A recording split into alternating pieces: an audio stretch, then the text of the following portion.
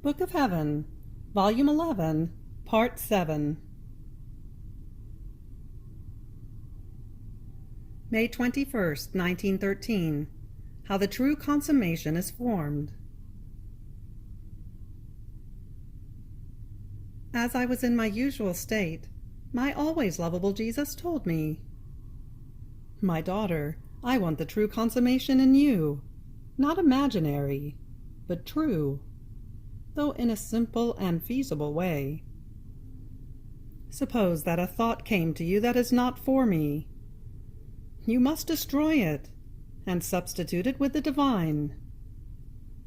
In this way you shall have formed the consummation of the human thought, and acquired the life of the divine thought.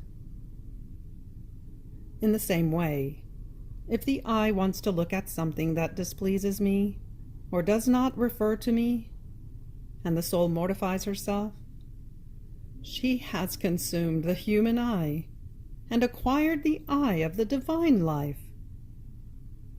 And so with the rest of your being.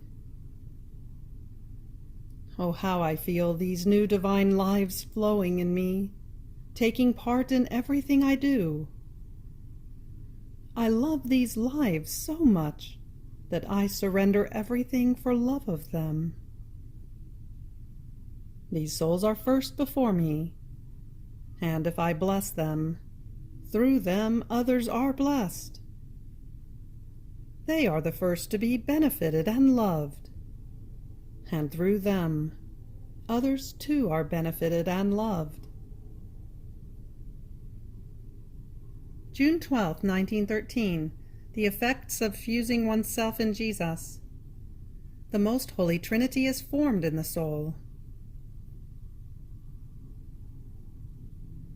While praying, I was uniting my mind to the mind of Jesus, my eyes to those of Jesus, and so with all the rest, with the intention of doing what Jesus did with his mind, with his eyes, with his mouth, with his heart, and so forth. And as it seemed that the mind of Jesus, his eyes, etc., diffused for the good of all, it seemed that I too would diffuse for the good of all, uniting and identifying myself with Jesus. Now I thought to myself, what kind of meditation is this? What prayer? I am no longer good at anything. I am not even capable of reflecting on something. While I was thinking of this, my always lovable Jesus told me, "My daughter, what? You are afflicting yourself with this? Instead of afflicting yourself, you should rejoice, because when you used to meditate, and many beautiful reflections used to arise within your mind, you would do nothing but take from me part of my qualities and of my virtues. Now, since the only thing left to you is being able to unite and identify yourself with me, you take the whole of me. Good at nothing as you are, with me you are good at everything, because with me you want the good of all, and the mere desiring and wanting good produces a strength in the soul that makes her grow and settles her in the divine life. Then, by uniting with me and identifying with me, she unites with my mind, producing many lives of holy thoughts in the minds of creatures. As she unites with my eyes, she produces many lives of holy gazes in creatures. In the same way, if she unites with my mouth, she shall give life to the words. If she unites to my heart, to my desires, to my hands, to my steps, at every heartbeat she shall give a life, life to desires, to actions, to steps, but holy lives, because I contain the creative power within me, and therefore, together with me, the soul creates and does whatever I do. Now, this union with me part to part, mind to mind, heart to heart, and so forth, produces in you, in the highest degree, the life of my will and of my love. In this will, the Father is formed, and in this love, the Holy Spirit. And through the operating, the words, the works, the thoughts, and everything else that can come from this will and from this love, the Son is formed. And here is the Trinity in souls. So if we need to operate, it is indifferent whether we operate in the Trinity in heaven or in the Trinity within souls on earth. This is why I keep taking everything else away from you, be they even good and holy things, to be able to give you the best and the holiest, that is I, and to be able to make of you another myself, as much as it is possible for a creature. I believe you won't lament any more, shall you? And I, ah, Jesus, Jesus, I feel rather that I have become awful bad, and the worst is that I am unable to find this badness of mine, for at least I would do anything I can to cast it away. And Jesus, enough, enough. You want to go too far into the thought of yourself. Think of me, and I shall take care of your badness too.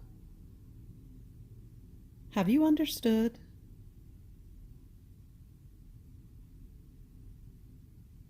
June 24th, 1913. The soul who has no appetite for good. The soul who has no appetite for good feels a sort of nausea and repulsion for good itself. Therefore, these souls are the refuse of God. August 20th, 1913. Trust, simplicity, and disinterest for herself are necessary for the soul who lives in the divine will. This creature is the life, the blood, the bones of Jesus. While I was praying, I saw my always lovable Jesus within me, and many souls around me, who were saying, Lord, you have placed everything in this soul. And stretching out their hands toward me, they said to me, Since Jesus is in you, and with him all goods, take and give to us. I remained confused, and blessed Jesus told me, My daughter, in my will there are all possible goods, and it is necessary for the soul who lives in it to be in it with trust, operating as the owner together with me. Creatures expect everything from this soul, and if they do not receive, they feel defrauded. But how can she give if she does not operate together with me with full trust? Therefore, trust in order to give, simplicity in order to communicate herself to all, disinterest for herself, to be able to live completely for me and for her neighbor, are necessary for the soul who lives in my will. So I am. Then he added, My daughter, it happens to the one who truly does my will, as to a grafted tree. The power of the graft has the virtue of destroying the life of the tree that receives the graft. So one can no longer see the fruits and the leaves of the first tree, but those of the graft. And if the first tree said to the graft, I want to keep at least a little branch for myself, so that I too may be able to give some fruits, and make everybody know that I still exist, the graft would say, You have no more reason to exist after you have submitted yourself to receiving my graft. life shall be all mine. In the same way, the soul who does my will can say, my life is ended. It is no longer my works, my thoughts, my words that shall come out of me, but the works, the thoughts, and the words of He whose will is my life. So to the one who does my will I say, you are my life, my blood, my bones. The true and real sacramental transformation takes place, not by virtue of the words of the priest, but by virtue of my will.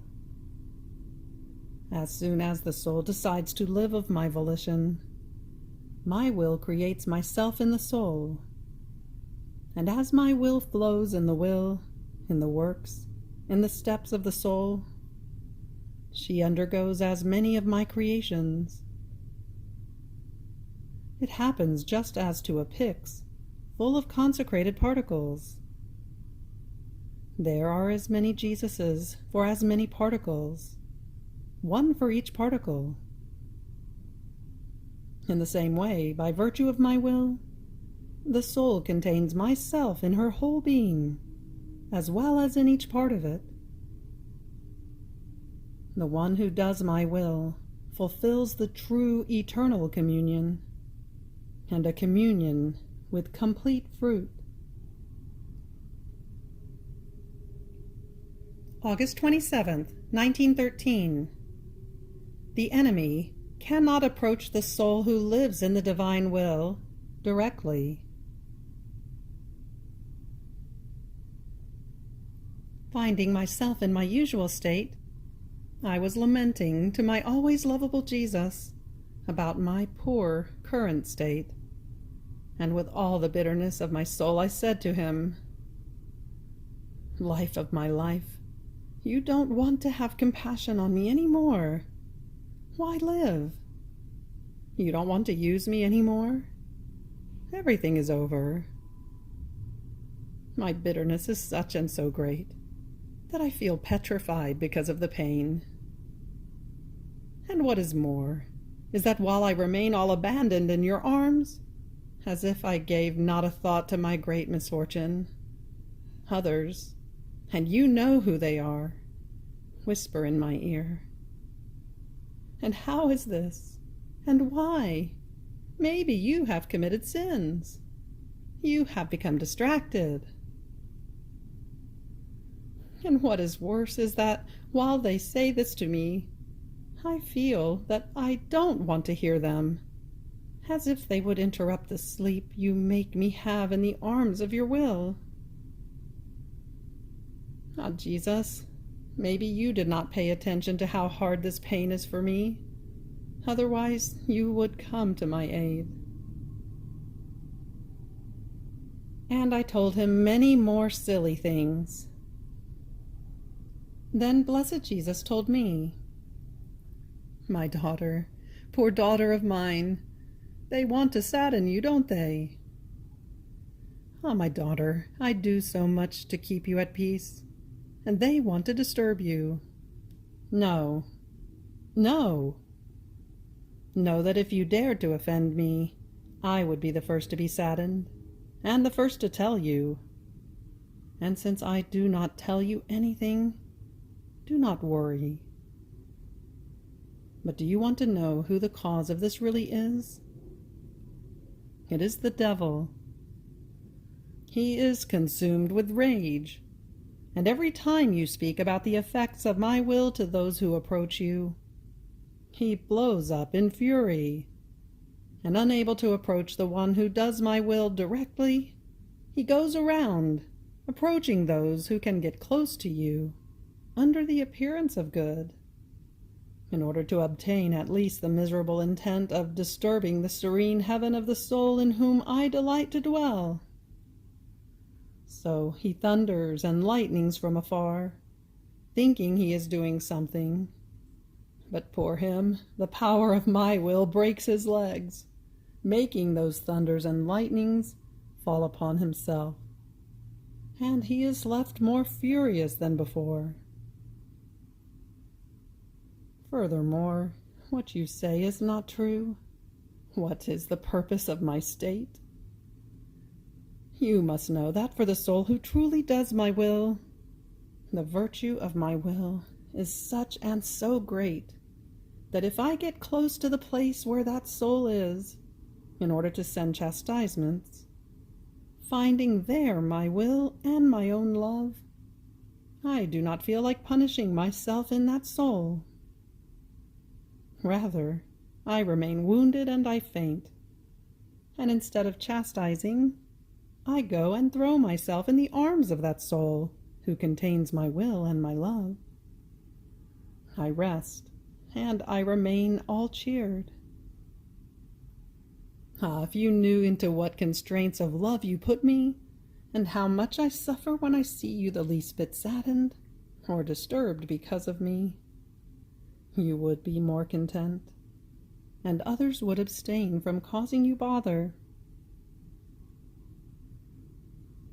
And you see, O Jesus, how much evil I do, to the point of making you suffer so much. And Jesus immediately, my daughter, do not trouble yourself because of this. The sufferings that come to me from the love of the soul contain great joys also, because true love, though it brings sufferings, is never separated from great joy and unspeakable contentments. September 3rd, 1913. When Jesus places the soul in his will, and she takes up stable dwelling in it, just like Jesus, she feels the need to give to all. While I was praying, although I don't really know how to explain myself well, this might also be a subtle pride of mine. I never think about myself and my great miseries, but pray always to repair, to console Jesus for sinners, for everyone. However, it is not that I think about it before. No, it is enough for me to start praying, and I find myself at that point. Now, I was concerned about this, and my always lovable Jesus, on coming, told me, "My daughter, what is this? Are you concerned about it? You must know that when I place the soul in my will, and she takes up stable dwelling in my volition, since my will contains all possible and imaginable goods, the soul feels that she abounds with everything, and she places herself in my same conditions. That is, she feels the need to give rather than to receive. She feels that she needs nothing, and if she wants anything, she can take whatever she wants without asking. Since my will contains an irresistible force of wanting to give, only when she gives, then is she happy. And as she gives, she becomes more thirsty for giving. And in what constraints she finds herself when she wants to give and finds no one to whom to give. My daughter, I place the soul who does my will in my same conditions. I share with her my great joys and bitternesses, and everything she does is sealed with disinterest for herself. Ah, yes, the soul who does my will is the true sun that gives light and heat to all, and feels the necessity to give this light and heat. And while it gives to all, the sun takes nothing from anyone, because it is superior to everything, and there is no one on earth who can match it in light and in the great fire it contains. Ah, if creatures could see a soul who does my will, they would see her as more than a majestic sun in the act of doing good to all. And even more, they would recognize myself in this sun. So the sign that the soul has reached the point of doing my will is that she feels in the condition of giving. Have you understood? September 6, 1913. The hours of the Passion are the very prayers of Jesus. I was thinking about the hours of the Passion that have now been written, and how they are without any indulgence.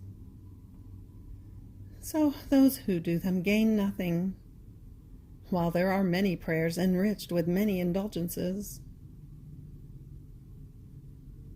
While I was thinking of this, my always lovable Jesus, all kindness, told me, "My daughter, through the prayers with indulgences, one gains something, but the hours of my passion, that are my very prayers, my reparations, and all love, have come out of the very depth of my heart." Have you perhaps forgotten how many times I have united myself with you to do them together? And I have changed chastisements into graces over the whole earth.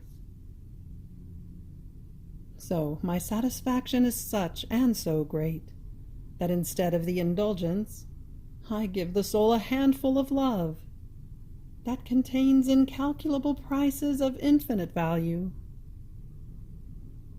And besides, when things are done out of pure love, my love finds its outpouring, and it is not insignificant that the creature gives relief and outpouring to the love of the Creator.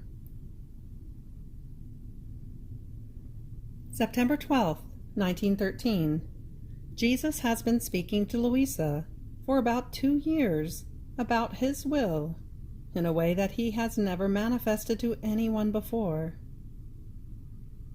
From that time, he has substituted the ecstasy of his most holy humanity, given to enamor her of his person, with the ecstasy of his divine will. I was thinking about how blessed Jesus has changed things. Even when he comes, I don't remain petrified as before. And as soon as he leaves, I feel I am in my natural state. I don't know what has happened to me. And what is more, I feel bothered if the thought comes to me, or if the one who has authority over me wanted to know about my things. But good Jesus, who watches over my every thought, and wants not even one of them to be out of tune in my mind, on coming told me, "My daughter, would you perhaps want me to use ropes and chains to keep you bound? Once they were necessary, and with all love I kept you bound, pretending to be deaf to some lament of yours. Remember? But now I no longer see them as necessary. For more than 2 years now, I have wanted to use more noble chains with you, that are my will.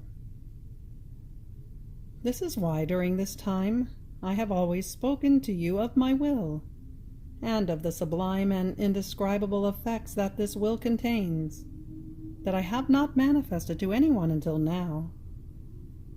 Go through as many books as you want, and you shall see that in none of them shall you find what I have told you about my will. This was necessary to dispose your soul to the present state you are in. After keeping you always with me, I knew very well that you could not have endured suffering the continuous privation of my presence, had I not substituted it with something still my own, that invading your soul completely would keep you captured more than my presence itself. My will took its place in keeping captured each one of your thoughts, affections, desires, words, so much so that your tongue speaks about my will with such eloquence and enthusiasm, because it is captured by my volition. This is why you feel bothered when you are asked, how is it and why Jesus does not come as before? Because you have been captured by my will, and your soul suffers when they want to break the sweet enchantment of my volition. And I, Jesus, what are you saying? Go away. Go away. It is my evils that have reduced me to such a state." Jesus smiled in hearing me say go away, and clasping me more closely to himself, added, "I cannot go. Could I perhaps separate from my will? If you have my will, I must be always with you. My will and I are one, not two. Rather, let's come to the facts. Tell me, what are your evils?" And I, "My love, I don't know. You yourself have said that your will keeps me captured. How can I know them?" And Jesus, "Ah, you don't know them?" And I cannot know them because you keep me always up above, and you give me no time to think about myself. And at the moment I want to think about myself, you scold me, now severely, to the point of telling me that I should be ashamed of doing that. Now lovingly, drawing me to yourself with such strength as to make me forget about myself. How can I do it? And Jesus, if you cannot do it, it means that I am more pleased if you don't do it, since my will keeps hold of you in place of everything, and it would see itself being deprived of something that belongs to it.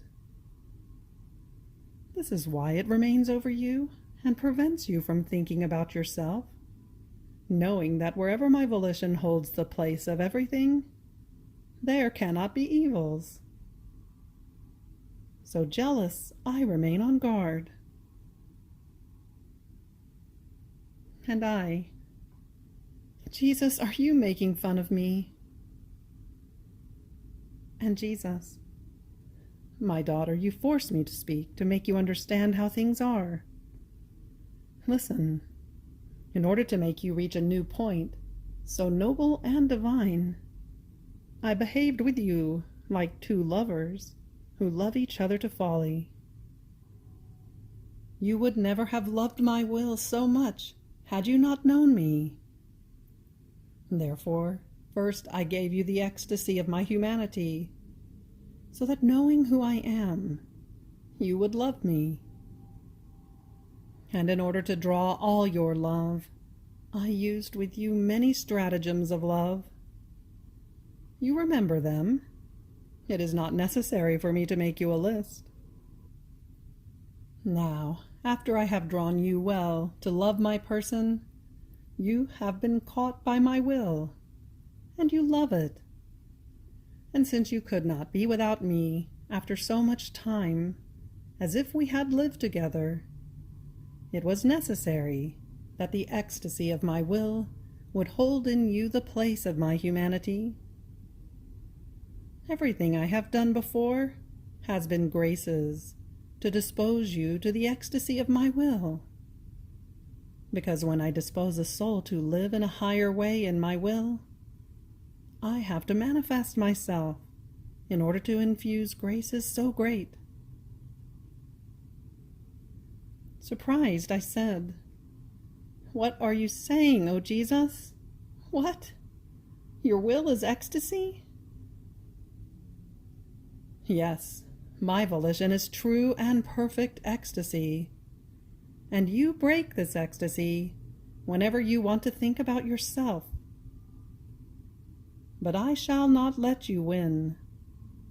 Great chastisement shall come in the near times, and even though you do not believe it, you and the one who directs you shall believe when you hear them.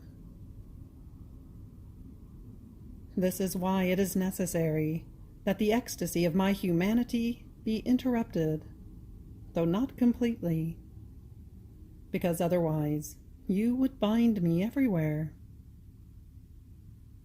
So I shall let the sweet enchantment of my will take the place of it, also so that you may suffer less when you see the chastisements.